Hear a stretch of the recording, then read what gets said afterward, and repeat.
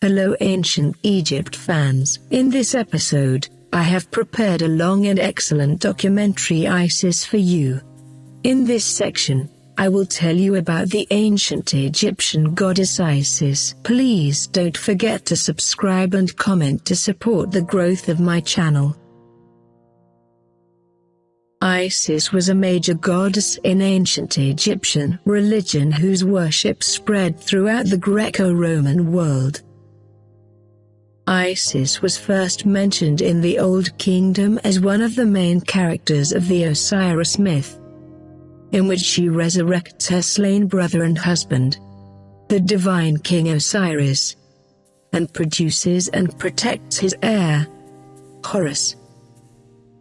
She was believed to help the dead enter the afterlife as she had helped Osiris, and she was considered the divine mother of the pharaoh, who was likened to Horus. Her maternal aid was invoked in healing spells to benefit ordinary people. Originally, she played a limited role in royal rituals and temple rites, although she was more prominent in funerary practices and magical texts. She was usually portrayed in art as a human woman wearing a throne-like hieroglyph on her head. During the New Kingdom, as she took on traits that originally belonged to Hathor, the preeminent goddess of earlier times, Isis was portrayed wearing Hathor's headdress, a sun disk between the horns of a cow. In the first millennium BCE, Osiris and Isis became the most widely worshipped Egyptian deities, and Isis absorbed traits from many other goddesses. Rulers in Egypt and its neighbor to the south, Nubia, built temples dedicated primarily to Isis, and her temple at Philae was a religious center for Egyptians and Nubians alike. Her reputed magical power was greater than that of all other gods, and she was said to protect the kingdom from its enemies, govern the skies and the natural world, and have power over fate itself. In the Hellenistic period, when Egypt was ruled and settled by Greeks, Isis was worshipped by Greeks and Egyptians, along with a new god, Serapis. Their worship diffused into the wider Mediterranean world. Isis's Greek devotees ascribed to her traits taken from Greek deities, such as the invention of marriage and the protection of ships at sea, and she retained strong links with Egypt and other Egyptian deities who were popular in the Hellenistic world, such as Osiris and Harpocrates. As Hellenistic culture was absorbed by Rome in the 1st century BCE, the cult of Isis became a part of Roman religion. Her devotees were a small proportion of the Roman Empire's population but were found all across its territory. Her following developed distinctive festivals such as the Navagium Isidis, as well as initiation ceremonies resembling those of other Greco-Roman mystery cults. Some of her devotees said she encompassed all feminine divine powers in the world. The worship of Isis was ended by the rise of Christianity in the 4th through 6th centuries. Her worship may have influenced Christian beliefs and practices such as the veneration of Mary, but the evidence for this influence is ambiguous and often controversial.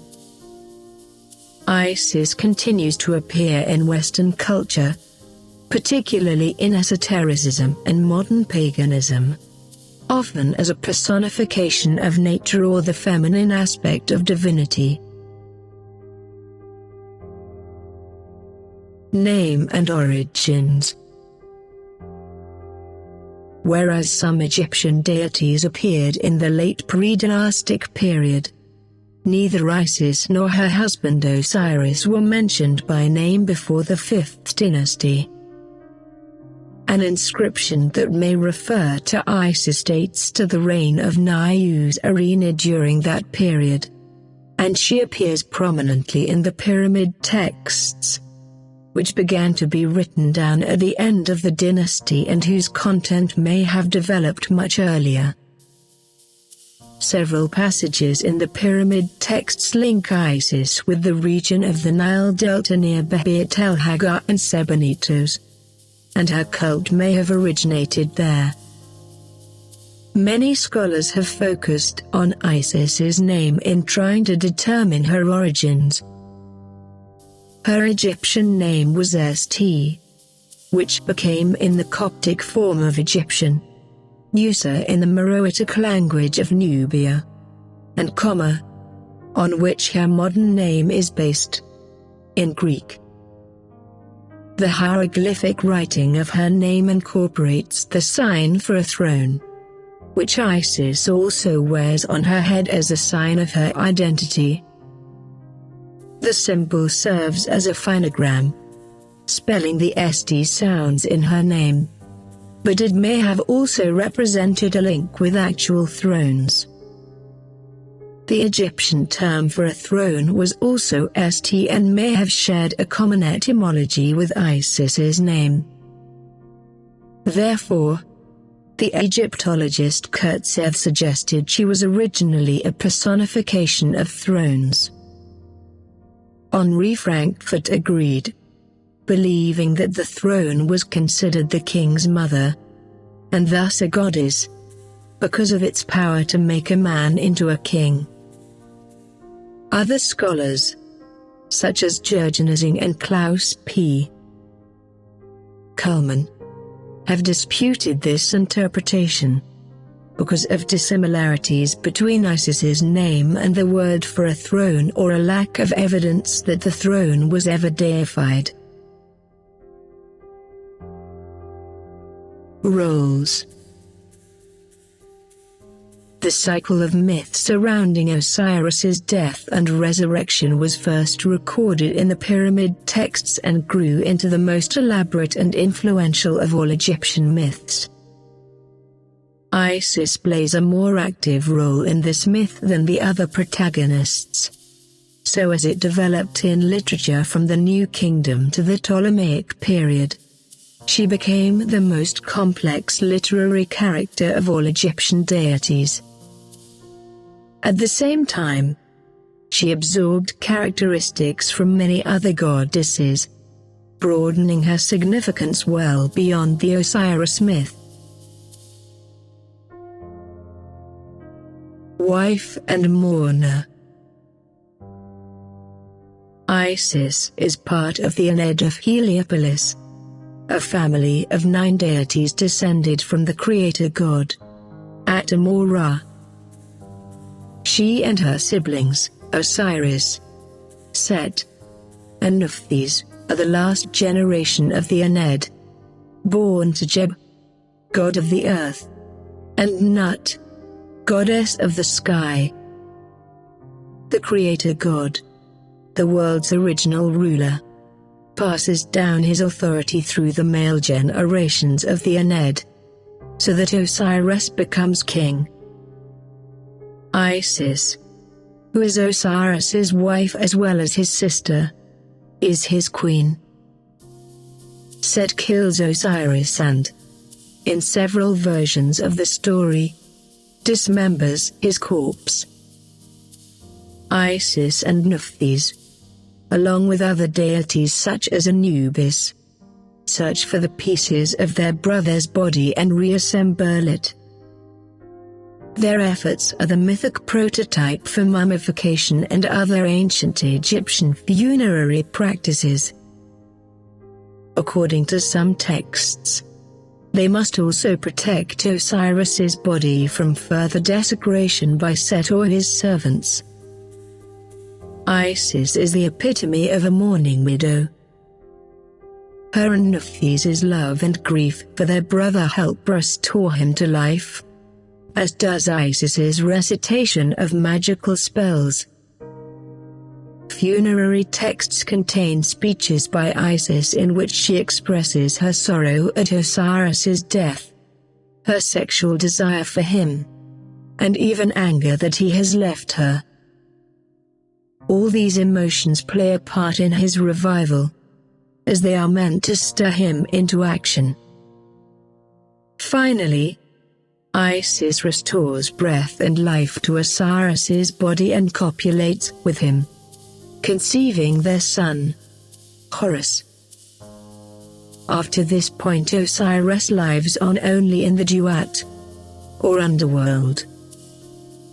But by producing a son and heir to avenge his death and carry out funerary rites for him, Isis has ensured that her husband will endure in the afterlife. Isis's role in afterlife beliefs was based on that in the myth. She helped to restore the souls of deceased humans to wholeness as she had done for Osiris. Like other goddesses, such as Hathor, she also acted as a mother to the deceased, providing protection and nourishment. Thus, like Hathor, she sometimes took the form of Imentet, the goddess of the West, who welcomed the deceased soul into the afterlife as her child.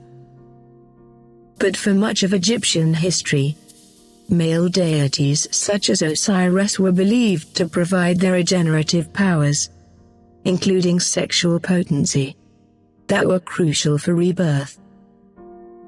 Isis was thought to merely assist by stimulating this power. Feminine divine powers became more important in afterlife beliefs in the late New Kingdom. Various Ptolemaic funerary texts emphasize that Isis took the active role in Horus's conception by sexually stimulating her inert husband.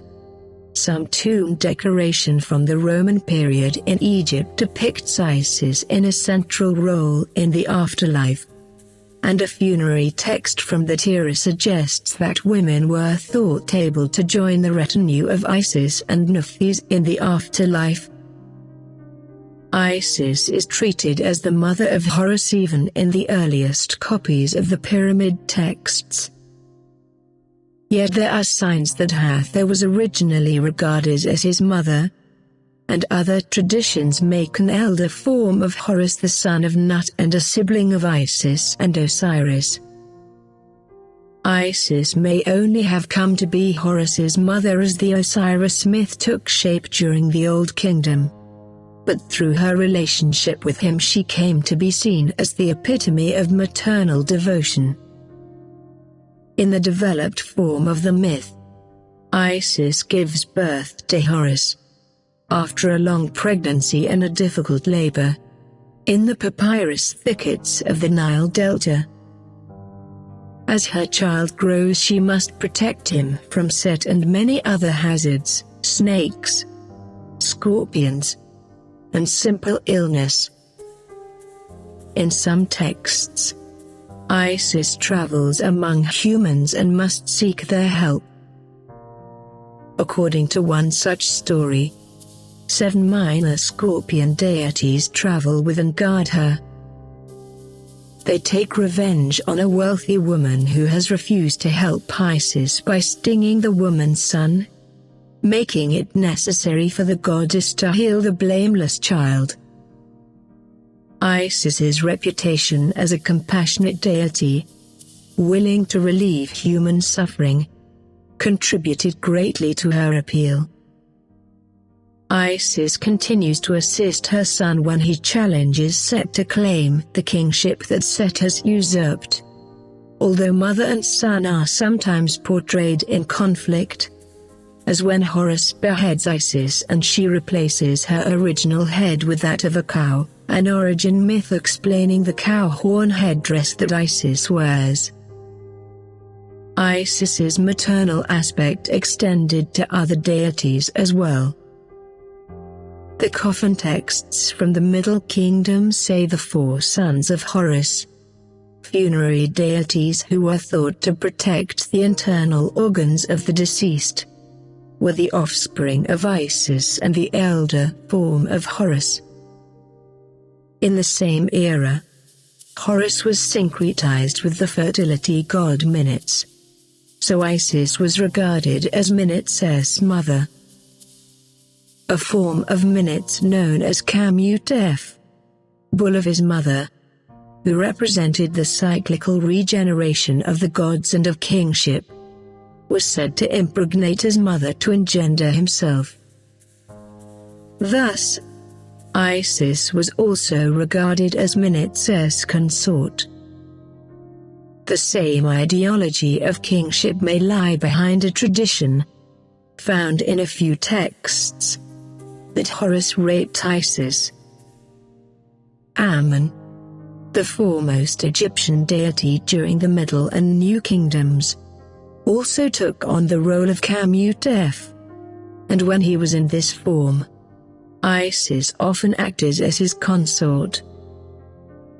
Apis, a bull that was worshipped as a living god at Memphis, was said to be Isis's son, fathered by a form of Osiris known as Osiris Apis. The biological mother of each Apis bull was thus known as the Isis cow. Isis was said to be the mother of Bastet by Ra.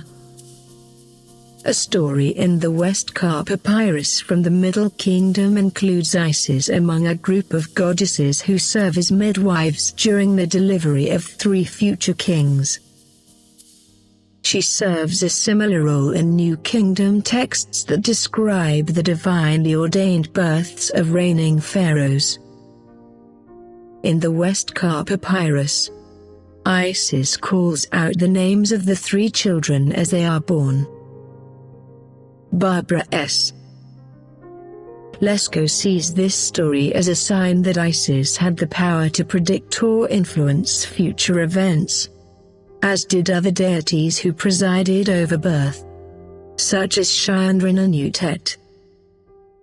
Texts from much later times call Isis mistress of life, ruler of fate and destiny, and indicate she has control over Chandra-Nutet, just as other great deities such as Ammon were said to do in earlier eras of Egyptian history.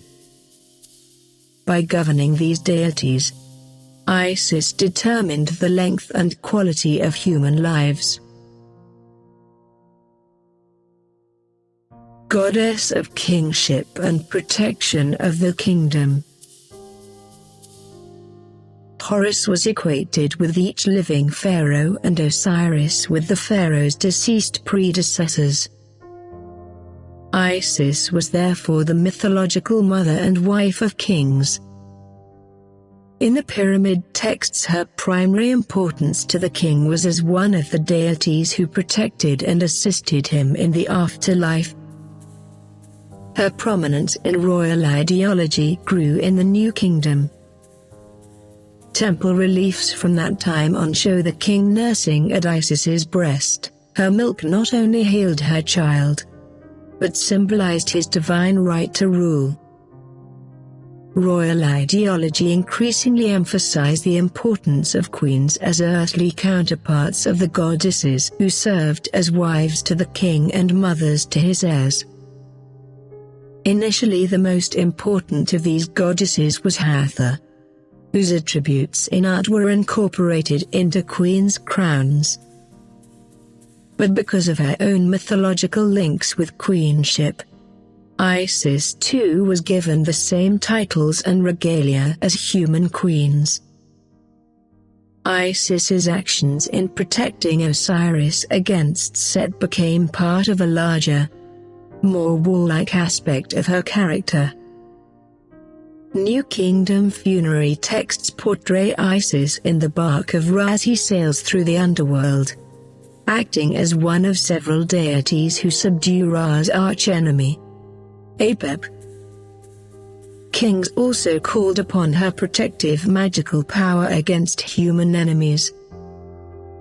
In her Ptolemaic temple at Philae, which lay near the frontier with Nubian peoples who raided Egypt, she was described as the protectress of the entire nation, more effective in battle than millions of soldiers, supporting Ptolemaic kings and Roman emperors in their efforts to subdue Egypt's enemies. Goddess of magic and wisdom. Isis was also known for her magical power, which enabled her to revive Osiris and to protect and heal Horus, and for her cunning. By virtue of her magical knowledge, she was said to be more clever than a million gods. In several episodes in the New Kingdom story The Contendings of Horus and Set, Isis uses these abilities to outmaneuver Set during his conflict with her son. On one occasion, she transforms into a young woman who tells Set she is involved in an inheritance dispute similar to Set's usurpation of Osiris's crown. When Set calls this situation unjust, Isis taunts him, saying he has judged himself to be in the wrong. In later texts, she uses her powers of transformation to fight and destroy Set and his followers. Many stories about Isis appear as historioli, prologues to magical texts that describe mythic events related to the goal that the spell aims to accomplish. In one spell, Isis creates a snake that bites Ra, who is older and greater than she is, and makes him ill with its venom. She offers to cure Ra if he will tell her his true, secret name, a piece of knowledge that carries with it incomparable power. After much coercion, Ra tells her his name, which she passes on to Horus, bolstering his royal authority. The story may be meant as an origin story to explain why Isis's magical ability surpasses that of other deities, but because she uses magic to subdue Ra, the story seems to treat her as having such abilities even before learning his name. Sky Goddess. Many of the roles Isis acquired gave her an important position in the sky. Passages in the pyramid texts connect Isis closely with Sopd, the goddess representing the star Sirius, whose relationship with her husband Sa, the constellation Orion, and their son Sopd parallels Isis's relations with Osiris and Horus. Sirius's heliacal rising, just before the start of the Nile flood, gave Sopd a close connection with the flood and the resulting growth of plants.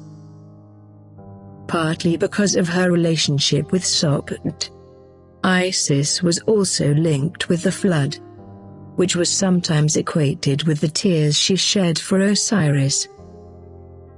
By Ptolemaic times she was connected with rain, which Egyptian texts call a Nile in the sky, with the sun as the protector of Ra's bark, and with the moon, possibly because she was linked with the Greek lunar goddess Artemis by a shared connection with an Egyptian fertility goddess, Bastet.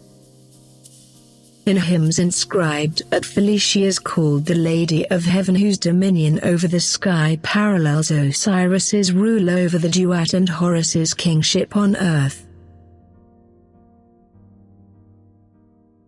Universal Goddess. In Ptolemaic times Isis's sphere of influence could include the entire cosmos. As the deity that protected Egypt and endorsed its king, she had power over all nations, and as the provider of rain, she enlivened the natural world. The Philly hymn that initially calls her ruler of the sky goes on to expand her authority. So at its climax her dominion encompasses the sky, earth, and Duat. It says her power over nature nourishes humans, the blessed dead, and the gods. Other Greek language hymns from Ptolemaic Egypt called her the beautiful essence of all the gods. In the course of Egyptian history, many deities, major and minor, had been described in similar grand terms. Ammon was most commonly described this way in the New Kingdom, whereas in Roman Egypt such terms tended to be applied to Isis. Such texts do not deny the existence of other deities but treat them as aspects of the supreme deity, a type of theology sometimes called Semitism. In the late Ptolemaic and Roman periods, many temples contained a creation myth that adapted long-standing ideas about creation to give the primary roles to local deities. At Philly, Isis is described as the creator in the same way that older texts speak of the work of the god Ptah, who was said to have designed the world with his intellect and sculpted it into being. Like him, Isis formed the cosmos through what her heart conceived and her hands created.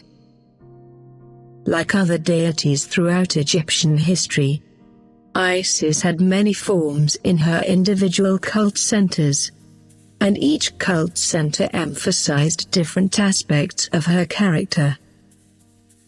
Local Isis cults focused on the distinctive traits of their deity more than on her universality, whereas some Egyptian hymns to Isis treat other goddesses in cult centers from across Egypt and the Mediterranean as manifestations of her. A text in her temple at Dendera says, "In each nome it is she who is in every town. In every nome with her son Horus." Iconography. In ancient Egyptian art, Isis was most commonly depicted as a woman with the typical attributes of a goddess: a sheath dress, a staff of papyrus in one hand, and an ankh sign in the other. Her original headdress was the throne sign used in writing her name. She and Nephthys often appear together, particularly when mourning Osiris's death, supporting him on his throne, or protecting the sarcophagi of the dead. In these situations, their arms are often flung across their faces, in a gesture of mourning, or outstretched around Osiris or the deceased as a sign of their protective role. In these circumstances they were often depicted as kites or women with the wings of kites. This form may be inspired by a similarity between the kite's calls and the cries of wailing women, or by a metaphor likening the kite's search for carrion to the goddess's search for their dead brother. Isis sometimes appeared in other animal forms, as a sow, representing her maternal character, as a cow, particularly when linked with Apis, or as a scorpion. She also took the form of a tree or a woman emerging from a tree, sometimes offering food and water to deceased souls. This form alluded to the maternal nourishment she provided. Beginning in the New Kingdom, thanks to the close links between Isis and Hathor, Isis took on Hathor's attributes, such as a sistrum rattle and a headdress of cow horns enclosing a sun disk.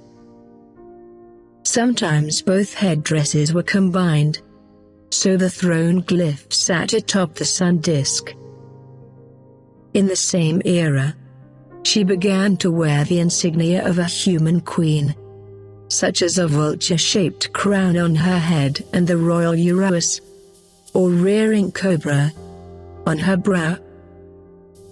In Ptolemaic and Roman times, statues and figurines of Isis often showed her in a Greek sculptural style, with attributes taken from Egyptian and Greek tradition.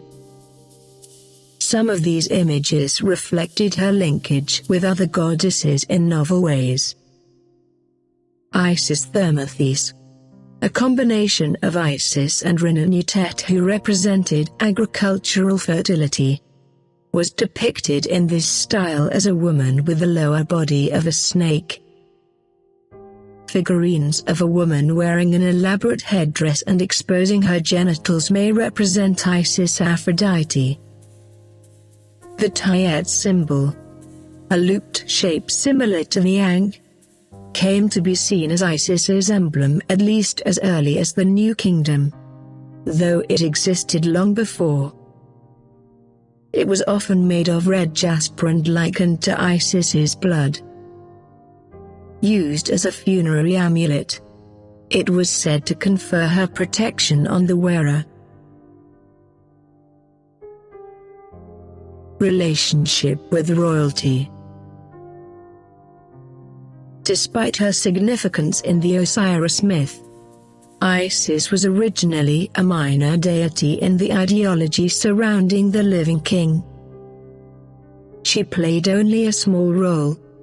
For instance, in the dramatic Ramesseum papyrus, the script for royal rituals performed in the reign of Senusretai in the Middle Kingdom. Her importance grew during the New Kingdom, when she was increasingly connected with Hathor and the human queen. The early 1st millennium BCE saw an increased emphasis on the family triad of Osiris, Isis, and Horus, and an explosive growth in Isis's popularity. In the 4th century BCE, Nectanebo I of the 30th dynasty claimed Isis as his patron deity, tying her still more closely to political power. The Kingdom of Kush, which ruled Nubia from the 8th century BCE to the 4th century, absorbed and adapted the Egyptian ideology surrounding kingship. It equated Isis with the Kandake, the queen or queen mother of the Kushite king. The Ptolemaic Greek kings, who ruled Egypt as pharaohs from 305 to 30 BCE, developed an ideology that linked them with both Egyptian and Greek deities, to strengthen their claim to the throne in the eyes of their Greek and Egyptian subjects. For centuries before, Greek colonists and visitors to Egypt had drawn parallels between Egyptian deities and their own, in a process known as interpretatio graeca. Herodotus, a Greek who wrote about Egypt in the 5th century BCE, likened Isis to Demeter, whose mythical search for her daughter Persephone resembled Isis's search for Osiris. Demeter was one of the few Greek deities to be widely adopted by Egyptians in Ptolemaic times, so the similarity between her and Isis provided a link between the two cultures. In other cases, Isis was linked with Aphrodite through the sexual aspects of her character.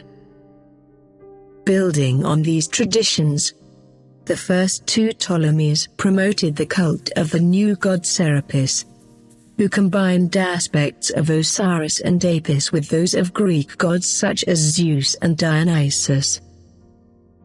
Isis, portrayed in a Hellenized form, was regarded as the consort of Serapis as well as of Osiris. Ptolemy II and his sister and wife Arsinoe II developed a ruler cult around themselves, so that they were worshipped in the same temples as Serapis and Isis, and Arsinoe was likened to both Isis and Aphrodite. Some later Ptolemaic queens identified themselves still more closely with Isis. Cleopatra III, in the 2nd century BCE, used Isis's name in place of her own in inscriptions, and Cleopatra VII, the last ruler of Egypt before it was annexed by Rome, used the epithet the new Isis. Temples and festivals. Down to the end of the New Kingdom, Isis's cult was closely tied to those of male deities such as Osiris, Minutes, or Ammon. She was commonly worshipped alongside them as their mother or consort, and she was especially widely worshipped as the mother of various local forms of Horus. Nevertheless, she had independent priesthoods at some sites and at least one temple of her own. At Osiris's cult center of Abydos, during the late New Kingdom. The earliest known major temples to Isis were the Ayin at Buyut el-Hagar in northern Egypt and Philae in the far south. Both began construction during the 30th dynasty and were completed or enlarged by Ptolemaic kings. Thanks to Isis's widespread fame, Philae drew pilgrims from across the Mediterranean. Many other temples of Isis sprang up in Ptolemaic times, ranging from Alexandria and Canopus on the Mediterranean coast to Egypt's frontier with Nubia. A series of temples of Isis stood in that region, stretching from Philae south to Maharaka, and were sites of worship for both Egyptians and various Nubian peoples. The Nubians of Kush built their own temples to Isis at sites as far south as Wad Ban Naka, including one in their capital, Meroe.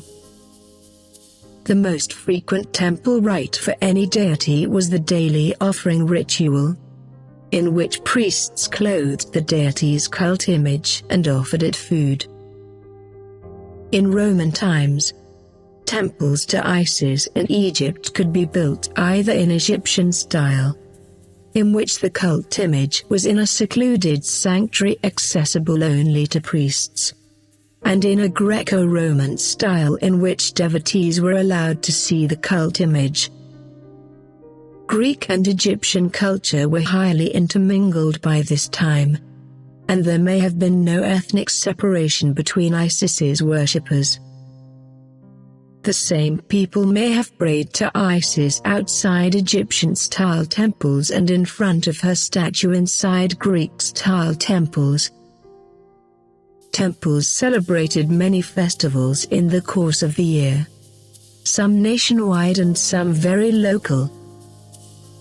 An elaborate series of rites were performed all across Egypt for Osiris during the month of Khoiak, and Isis and Nephthys were prominent in these rites at least as early as the New Kingdom. In Ptolemaic times, two women acted out the roles of Isis and Nephthys during Khoiak, singing or chanting in mourning for their dead brother. Their chants are preserved in the festival songs of Isis and Nephthys and lamentations of Isis and Nephthys. Festivals dedicated to Isis eventually developed. In Roman times, Egyptians across the country celebrated her birthday, the Amesisia, by carrying the local cult statue of Isis through their fields, probably celebrating her powers of fertility. The priests at Philae held a festival every 10 days when the cult statue of Isis visited the neighboring island of Bygay, which was said to be Osiris's place of burial, and the priests performed funerary rites for him. The cult statue also visited the neighboring temples to the south, even during the last centuries of activity at Philae when those temples were run by Nubian peoples outside Roman rule. Christianity became the dominant religion in the Roman Empire, including Egypt, during the 4th and 5th centuries. Egyptian temple cults died out, gradually and at various times, from a combination of lack of funds and Christian hostility. Isis's temple at Philae, supported by its Nubian worshippers, still had an organized priesthood and regular festivals until at least the mid-5th centuries, making it the last fully functioning temple in Egypt. Funerary. In many spells in the pyramid texts, Isis and Nephthys help the deceased king reach the afterlife. In the coffin texts from the Middle Kingdom, Isis appears still more frequently, though in these texts Osiris is credited with reviving the dead more often than she is. New Kingdom sources such as the Book of the Dead describe Isis as protecting deceased souls as they face the dangers in the duat. They also describe Isis as a member of the divine councils that judge souls' moral righteousness before admitting them into the afterlife, and she appears in vignettes standing beside Osiris as he presides over this tribunal. Isis and Nephthys took part in funeral ceremonies, where two wailing women, much like those in the festival at Abydos, mourned the deceased as the two goddesses mourned Osiris. Isis was frequently shown or alluded to in funerary equipment, on sarcophagi and canopic chests as one of the four goddesses who protected the four sons of Horus, in Tumat offering her enlivening milk to the dead, and in the Tayet amulets that were often placed on mummies to ensure that Isis's power would shield them from harm. Late funerary texts prominently featured her mourning for Osiris, and one such text, one of the Books of Breathing, was said to have been written by her for Osiris's benefit. In Nubian funerary religion, Isis was regarded as more significant than her husband, because she was the active partner while he only passively received the offerings she made to sustain him in the afterlife. Popular worship. Unlike many Egyptian deities, Isis was rarely addressed in prayers, or invoked in personal names, before the end of the New Kingdom. From the late period on, she became one of the deities most commonly mentioned in these sources, which often refer to her kindly character and her willingness to answer those who call upon her for help. Hundreds of thousands of amulets and votive statues of Isis nursing Horus were made during the first millennium BCE. And in Roman Egypt she was among the deities most commonly represented in household religious art, such as figurines and panel paintings. Isis was prominent in magical texts from the Middle Kingdom onward. The dangers Horus faces in childhood are a frequent theme in magical healing spells, in which Isis's efforts to heal him are extended to cure any patient.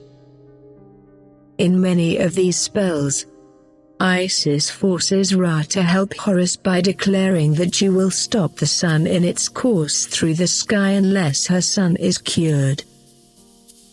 Other spells equated pregnant women with Isis to ensure that they would deliver their children successfully. Egyptian magic began to incorporate Christian concepts as Christianity was established in Egypt, but Egyptian and Greek deities continued to appear in spells long after their temple worship had ceased. Spells that may date to the 6th, 7th, or 8th centuries invoke the name of Isis alongside Christian figures. In the Greco-Roman world,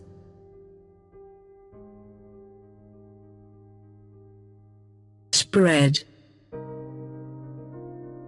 Cults based in a particular city or nation were the norm across the ancient world until the mid to late 1st millennium BCE, when increased contact between different cultures allowed some cults to spread more widely.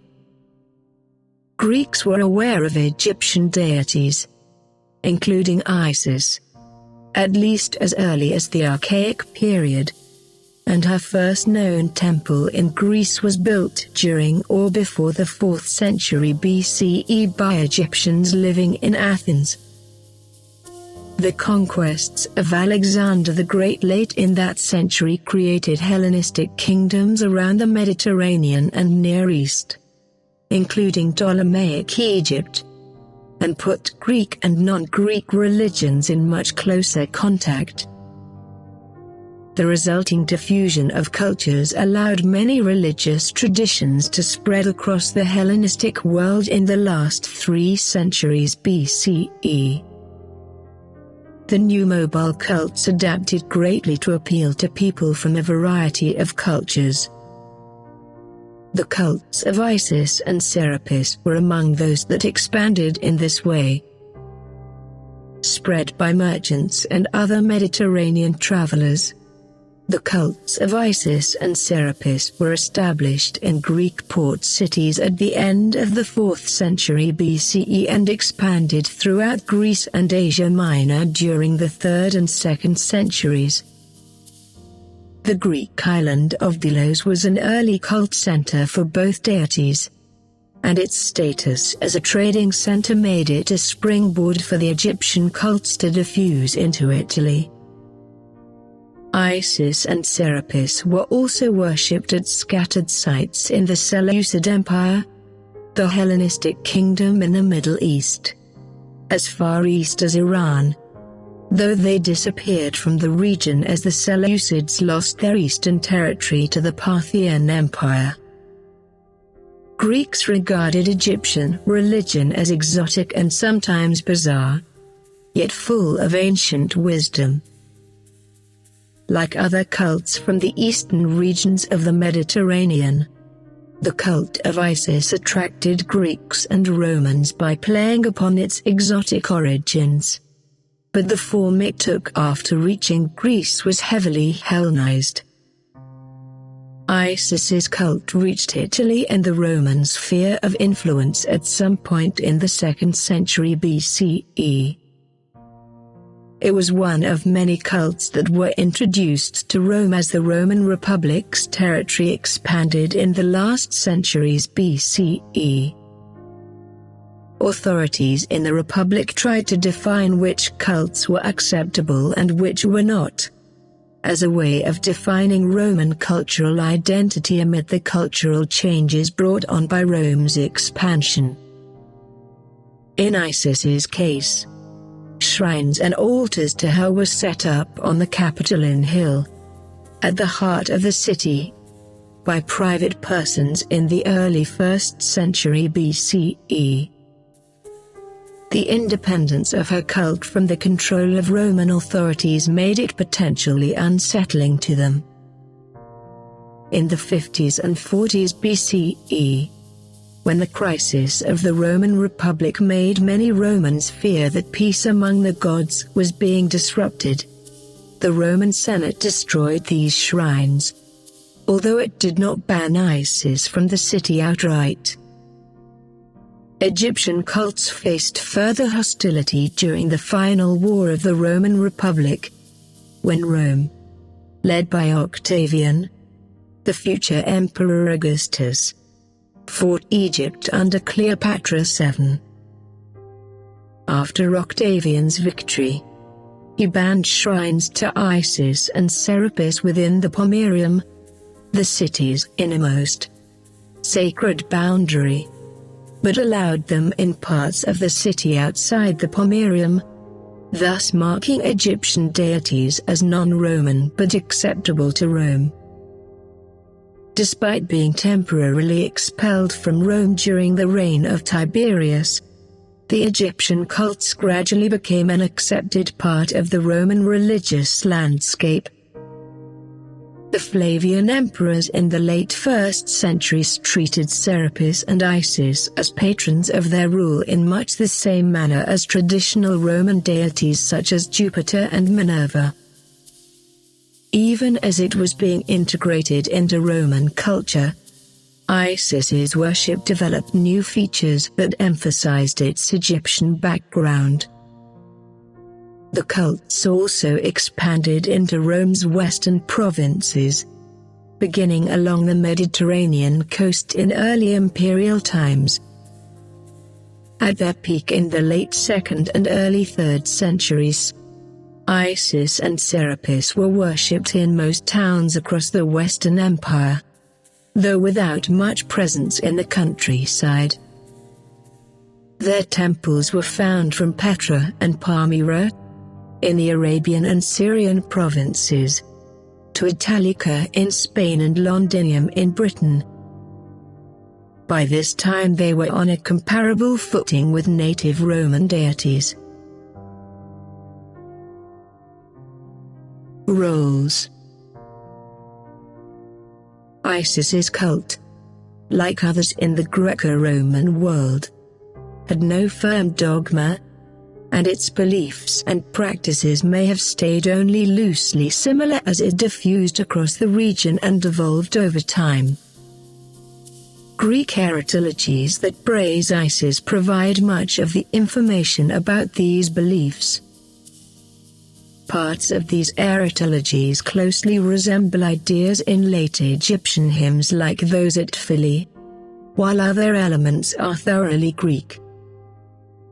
Other information comes from Plutarch, whose book on Isis and Osiris interprets the Egyptian deities based on his Middle Platonist philosophy, and from several works of Greek and Latin literature that refer to Isis's worship, especially a novel by Apuleius known as Metamorphoses or The Golden Ass, which ends by describing how the main character has a vision of the goddess and becomes her devotee. Elaborating upon Isis's role as a wife and mother in the Osiris myth, heretiologies call her the inventor of marriage and parenthood.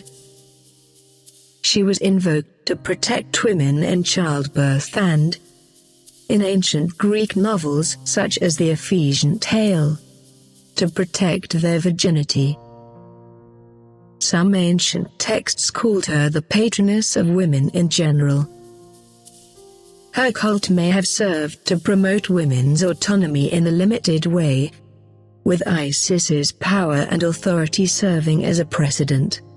But in myth she was devoted to, and never fully independent of, her husband and son. The heretiologies show ambiguous attitudes toward women's independence. One says Isis made women equal to men, whereas another says she made women subordinate to their husbands. Isis was often characterized as a moon goddess, paralleling the solar characteristics of Serapis. She was also seen as a cosmic goddess more generally. Various texts claim she organized the behavior of the sun, moon, and stars, governing time and the seasons which, in turn, guaranteed the fertility of the earth.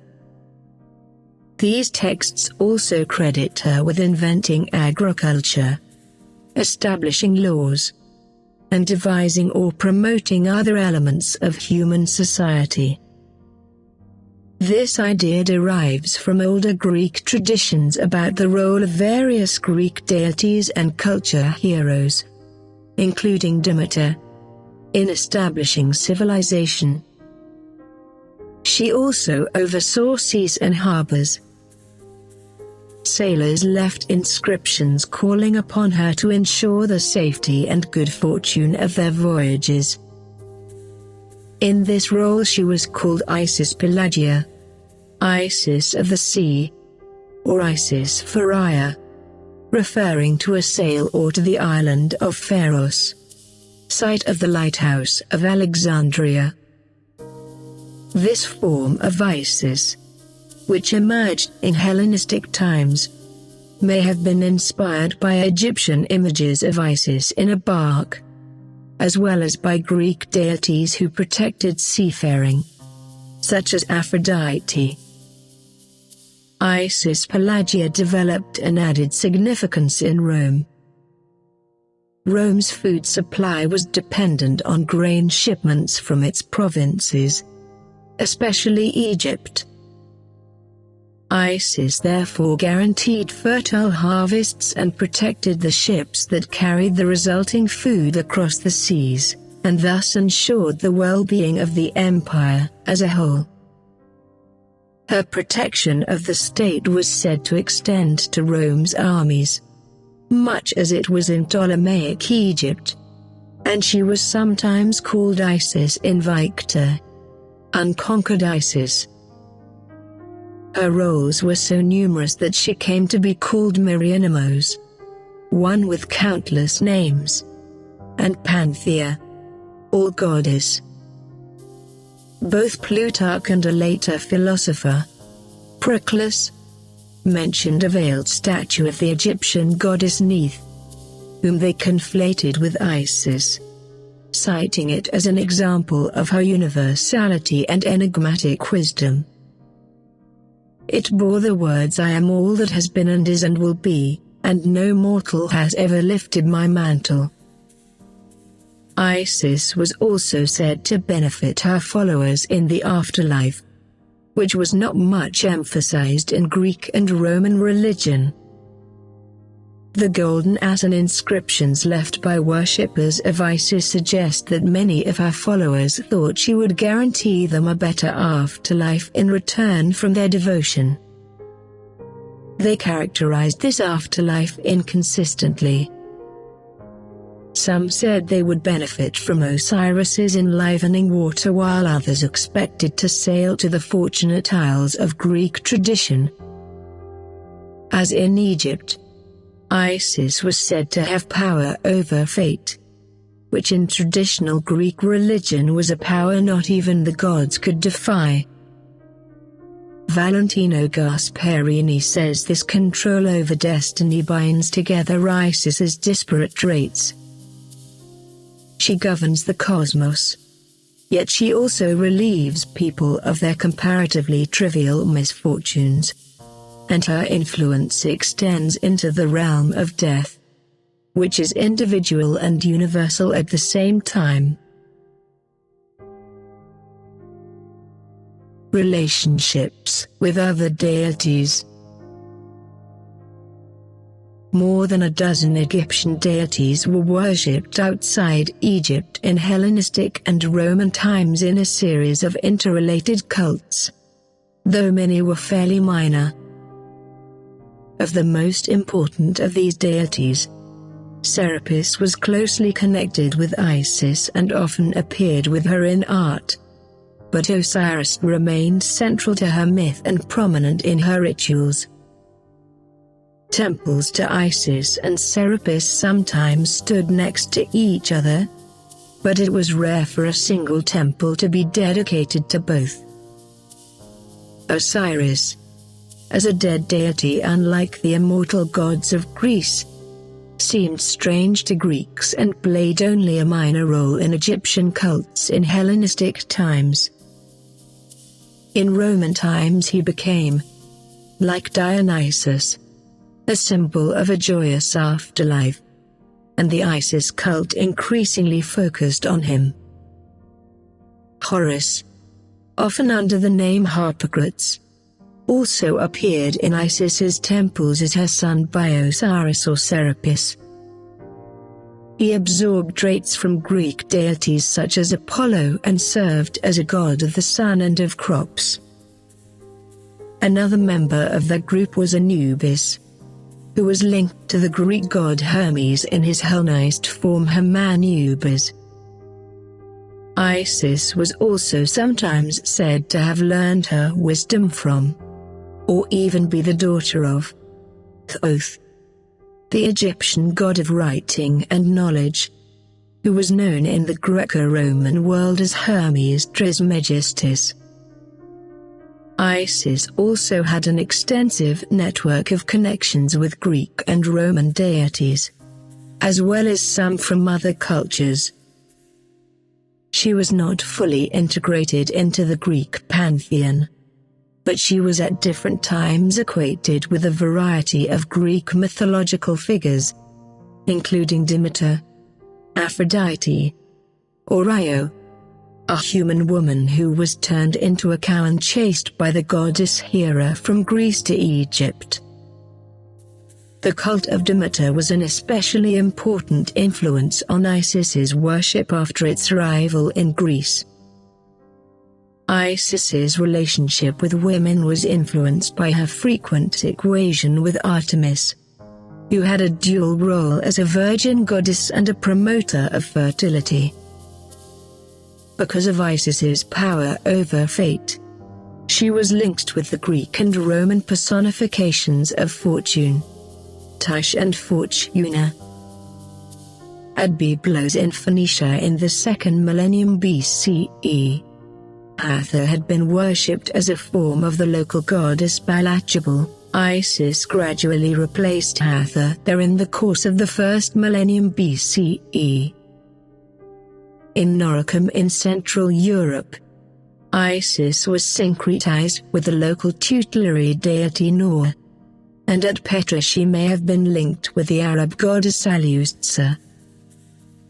The Roman author Tacitus said Isis was worshipped by the Suebi, a Germanic people living outside the empire, but he may have mistaken a Germanic goddess for Isis because, like her, the goddess was symbolized by a ship. Many of the erytologies include long lists of goddesses with whom Isis was linked.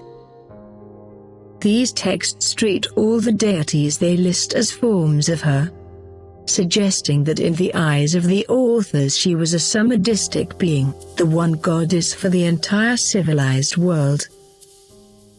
In the Roman religious world, many deities were referred to as one or unique in religious texts like these. At the same time, Hellenistic philosophers frequently saw the unifying, abstract principle of the cosmos as divine. Many of them reinterpreted traditional religions to fit their concept of this highest being, as Plutarch did with Isis and Osiris. In the Golden Ass, Isis says, "My one person manifests the aspects of all the gods and goddesses, and that she is worshipped by all the world under different forms, with various rites, and by manifold names, although the Egyptians and Nubians use her true name, Isis. But when she lists the forms in which various Mediterranean peoples worship her, she mentions only female deities." Greco-Roman deities were firmly divided by gender, thus limiting how universal Isis could truly be. One erytology avoids this problem by calling Isis and Serapis, who was often said to subsume many male gods, the two unique deities. Similarly, both Plutarch and Apuleius limit Isis's importance by treating her as ultimately subordinate to Osiris. The claim that she was unique was meant to emphasize her greatness more than to make a precise theological statement.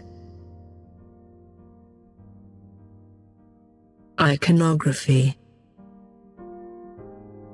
Images of Isis made outside Egypt were Hellenistic in style, like many of the images of her made in Egypt in Hellenistic and Roman times. The attributes she bore varied widely. She sometimes wore the Hathoric cow horn headdress, but Greeks and Romans reduced its size and often interpreted it as a crescent moon. She could also wear headdresses incorporating leaves, flowers, or ears of grain. Other common traits included corkscrew locks of hair and an elaborate mantle tied in a large knot over the breasts, which originated in ordinary Egyptian clothing but was treated as a symbol of the goddess outside Egypt. In her hands she could carry a uraeus or a sistrum, both taken from her Egyptian iconography, or a situla, a vessel used for libations of water or milk that were performed in Isis's cult. As Isis Fortune or Isis Tyche, she held a rudder, representing control of fate, in her right hand, and a cornucopia, standing for abundance, in her left. As Isis Phariah, she wore a cloak that billowed behind her like a sail, and as Isis Lactans, she nursed harpocrates. At times she was shown resting a foot on a celestial sphere, representing her control of the cosmos. The diverse imagery sprang from her varied roles, as Robert Stephen Bianchi says, Isis could represent anything to anyone and could be represented in any way imaginable. Adherents and priests. Like most cults of the time, the Isis cult did not require its devotees to worship Isis exclusively, and their level of commitment probably varied greatly. Some devotees of Isis served as priests in a variety of cults and underwent several initiations dedicated to different deities. Nevertheless, many emphasized their strong devotion to her, and some considered her the focus of their lives. They were among the very few religious groups in the Greco-Roman world to have a distinctive name for themselves, loosely equivalent to Jew or Christian, that might indicate they define themselves by their religious affiliation. However, the word Isiarchus or Isiac was rarely used. Isiacs were a very small proportion of the Roman Empire's population, but they came from every level of society, from slaves and freedmen to high officials and members of the imperial family. Ancient accounts imply that Isis was popular with lower social classes, providing a possible reason why authorities in the Roman Republic, troubled by struggles between classes, regarded her cult with suspicion.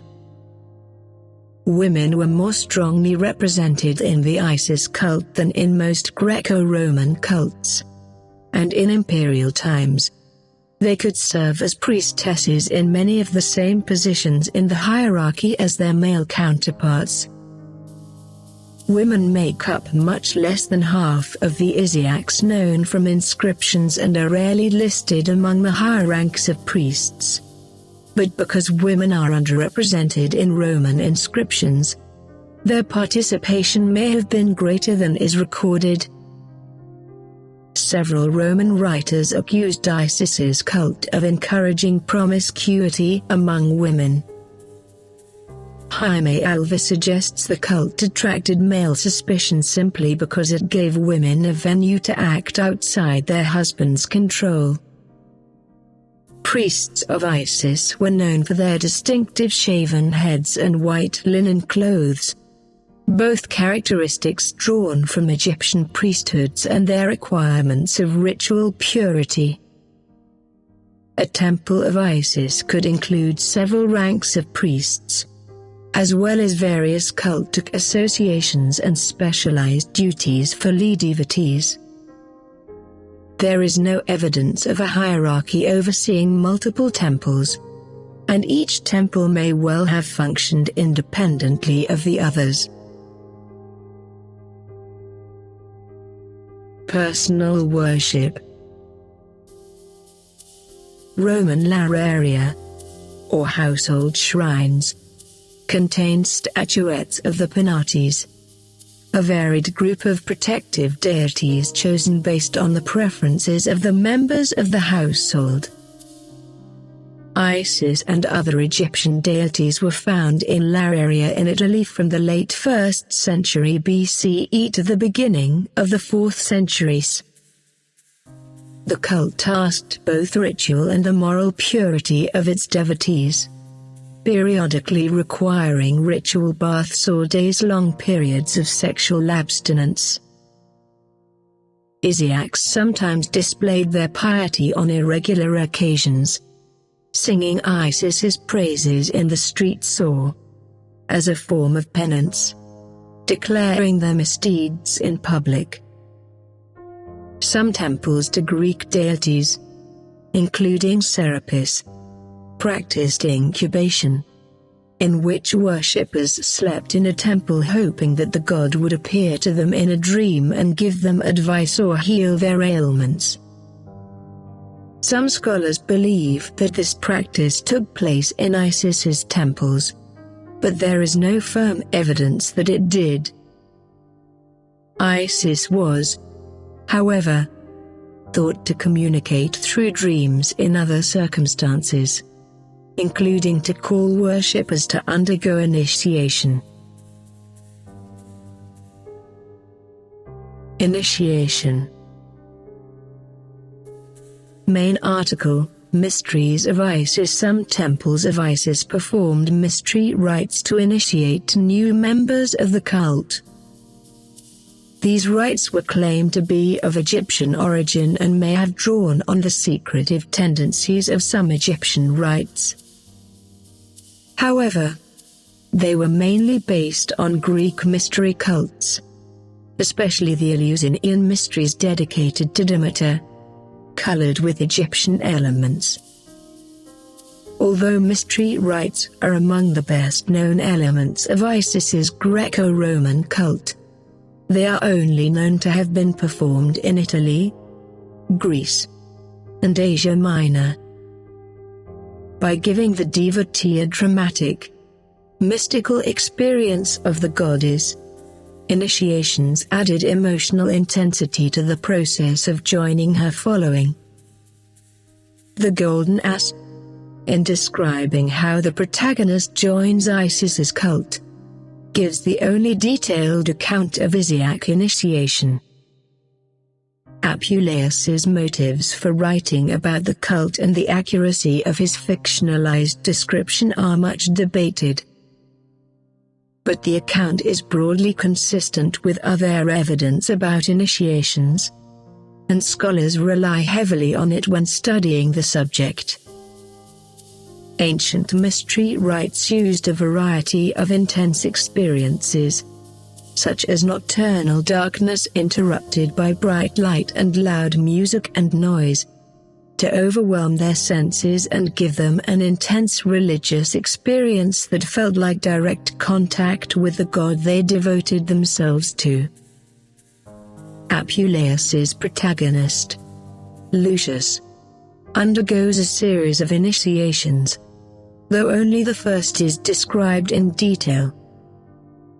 After entering the innermost part of Isis's temple at night, he says, "I came to the boundary of death and, having trodden on the threshold of Proserpina, I traveled through all the elements and returned.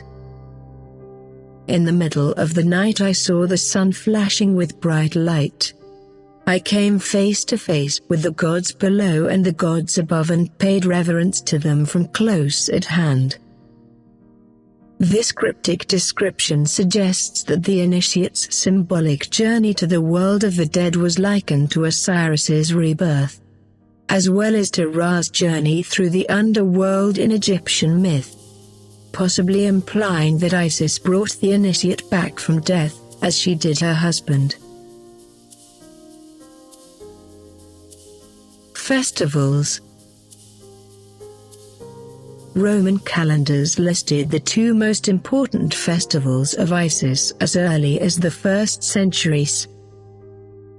The first festival was the Navagium Isidis in March, which celebrated Isis's influence over the sea and served as a prayer for the safety of seafarers and, eventually, of the Roman people and their leaders. It consisted of an elaborate procession, including Isiac priests and devotees with a wide variety of costumes and sacred emblems, carrying a model ship from the local Isis temple to the sea or to a nearby river. The other was the Isia in late October and early November. Like its Egyptian forerunner, the Khoiak festival, the Isia included a ritual reenactment of Isis's search for Osiris, followed by jubilation when the god's body was found. Several more minor festivals were dedicated to Isis, including the Pelusia in late March that may have celebrated the birth of Harpocrates, and the Lychnapsa, or Lamplit festival, that celebrated Isis's own birth on August 12. Festivals of Isis and other polytheistic deities were celebrated throughout the 4th centuries, despite the growth of Christianity in that era and the persecution of pagans that intensified toward the end of the century. The Isia was celebrated at least as late as 417, and the Navagiamizades lasted well into the 6th century. Increasingly, the religious meaning of all Roman festivals was forgotten or ignored even as the customs continued.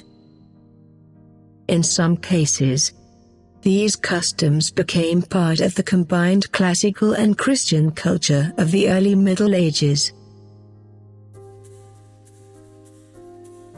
Possible influence on Christianity. A contentious question about Isis is whether her cult influenced Christianity. Some Isiac customs may have been among the pagan religious practices that were incorporated into Christian traditions as the Roman Empire was Christianized. Andrea Salfoldi, for instance, argued in the 1930s that the medieval Carnival festival, in which a model boat was carried, developed from the Navagiamizades. Much attention focuses on whether traits of Christianity were borrowed from pagan mystery cults, including that of Isis.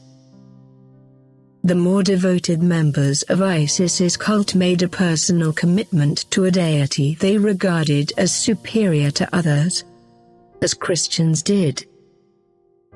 Both Christianity and the Isis cult had an initiation rite, the mysteries for Isis. Baptism in Christianity. One of the mystery cult's shared themes, a god whose death and resurrection may be connected with the individual worshipper's well-being in the afterlife, resembles the central theme of Christianity. The suggestion that Christianity's basic beliefs were taken from mystery cults has provoked heated debate for more than 200 years. In response to these controversies, both Hugh Bowden and Jaime Alva, scholars who study ancient mystery cults, suggest that similarities between Christianity and the mystery cults were not produced by direct borrowing of ideas but by their common background, the Greco-Roman culture in which they all developed. Similarities between Isis and Mary, the mother of Jesus, have also been scrutinized. They have been subject to controversy between Protestant Christians and the Catholic Church, as many Protestants have argued that Catholic veneration of Mary is a remnant of paganism. The classicist R. E. Witt saw Isis as the great forerunner of Mary. He suggested that converts to Christianity who had formerly worshipped Isis would have seen Mary in much the same terms as their traditional goddess. He pointed out that the two had several spheres of influence in common, such as agriculture and the protection of sailors. He compared Mary's title Mother of God to Isis's epithet Mother of the God, and Mary's Queen of Heaven to Isis's Queen of Heaven. Stephen Benko, a historian of early Christianity, argues that devotion to Mary was deeply influenced by the worship of several goddesses, not just Isis. In contrast, John McCuckin, a church historian, says that Mary absorbed superficial traits from these goddesses, such as iconography, but the fundamentals of her cult were thoroughly Christian. Images of Isis with Horus in her lap are often suggested as an influence on the iconography of Mary, particularly images of the Mary nursing the infant Jesus, as images of nursing women were rare in the ancient Mediterranean world outside Egypt. Vincent Trantantine points out that the latest images of Isis nursing Horus date to the 4th centuries, while the earliest images of Mary nursing Jesus date to the 7th centuries. Sabrina Higgins, drawing on his study, argues that if there is a connection between the iconographies of Isis and Mary, it is limited to images from Egypt.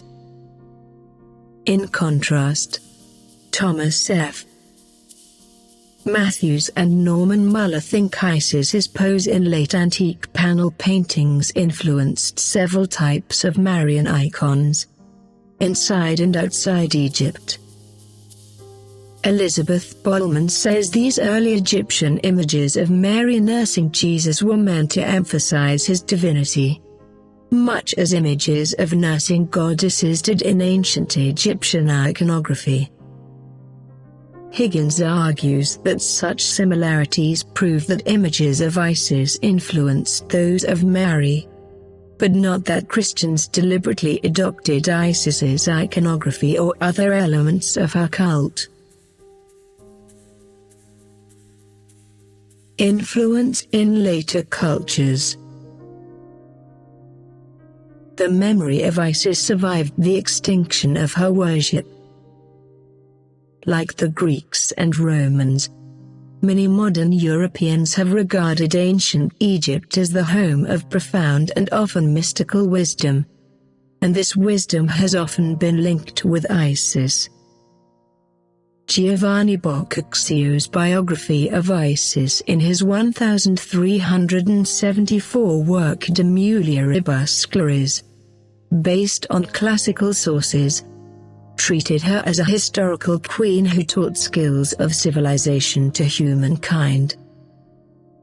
Some Renaissance thinkers elaborated this perspective on Isis. Annio di Viterbo, in the 1490s, claimed Isis and Osiris had civilized Italy before Greece, thus drawing a direct connection between his home country and Egypt. The Borgia apartments painted for Annio's patron, Pope Alexander VI, incorporate this same theme in their illustrated rendition of the Osiris myth. Western esotericism has often made reference to Isis. Two Roman esoteric texts use the mythic motif in which Isis passes down secret knowledge to Horus. In Cosmo, she teaches him wisdom passed down from Hermes Trismegistus.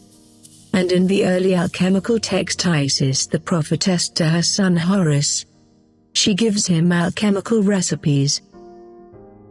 Early modern esoteric literature, which saw Hermes Trismegistus as an Egyptian sage and frequently made use of texts attributed to his hand, sometimes referred to Isis as well.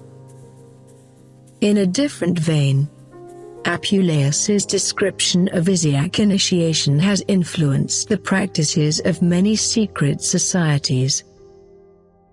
Jean Terrason's 1731 novel Sethos used Apuleius as inspiration for a fanciful Egyptian initiation rite dedicated to Isis.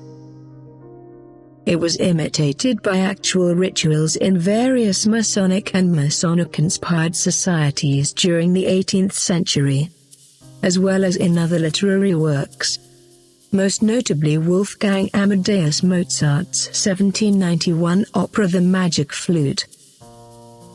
From the Renaissance on, the veiled statue of Isis that Plutarch and Proclus mentioned was interpreted as a personification of nature, based on a passage in the works of Macrobius in the 5th century that equated Isis with nature. Authors in the 17th and 18th centuries ascribed a wide variety of meanings to this image. Isis represented nature as the mother of all things, as a set of truths waiting to be unveiled by science, as a symbol of the pantheist concept of an anonymous, enigmatic deity who was immanent within nature, or as an awe-inspiring sublime power that could be experienced through ecstatic mystery rites. In the de-Christianization of France during the French Revolution, she served as an alternative to traditional Christianity, a symbol that could represent nature, modern scientific wisdom, and a link to the pre-Christian past. For these reasons, Isis's image appeared in artwork sponsored by the revolutionary government, such as the Fontaine de la Regeneration, and by the First French Empire. The metaphor of Isis's veil continued to circulate through the 19th century. Helena Blavatsky, the founder of the esoteric theosophical tradition, titled her 1877 book on Theosophy Isis Unveiled, implying that it would reveal spiritual truths about nature that science could not. Among modern Egyptians, Isis was used as a national symbol during the Pharaonism movement of the 1920s and 1930s, as Egypt gained independence from British rule. In works such as Muhammad Nagui's painting in the Parliament of Egypt, titled Egypt's Renaissance, and Tawfiq al-Hakim's play The Return of the Spirit, Isis symbolizes the revival of the nation. A sculpture by Mahmoud Mokhtar, also called Egypt's Renaissance, plays upon the motif of Isis removing her veil. Isis is found frequently in works of fiction, such as a superhero franchise, and her name and image appear in places as disparate as advertisements and personal names. The name Isidorus, meaning gift of Isis in Greek, survived in Christianity despite its pagan origins, giving rise to the English name Isidore and its variants. In the late 20th and early 21st centuries, Isis itself became a popular feminine given name. Isis continues to appear in modern esoteric and pagan belief systems. The concept of a single goddess incarnating all feminine divine powers, partly inspired by Apuleius, became a widespread theme in literature of the 19th and early 20th centuries. Influential groups and figures in esotericism, such as the Hermetic Order of the Golden Dawn in the late 19th century and Dion Fortune in the 1930s, adopted this all-encompassing goddess into their belief systems and called her Isis. This conception of Isis influenced the great goddess found in many forms of contemporary witchcraft. Today, reconstructions of ancient Egyptian religion, such as Kemetic Orthodoxy or the Church of the Eternal Source, include Isis among the deities they revere. An eclectic religious organization focused on female divinity calls itself the Fellowship of Isis because, in the words of one of its priestesses, Isidora Forrest, Isis can be all goddesses to all people.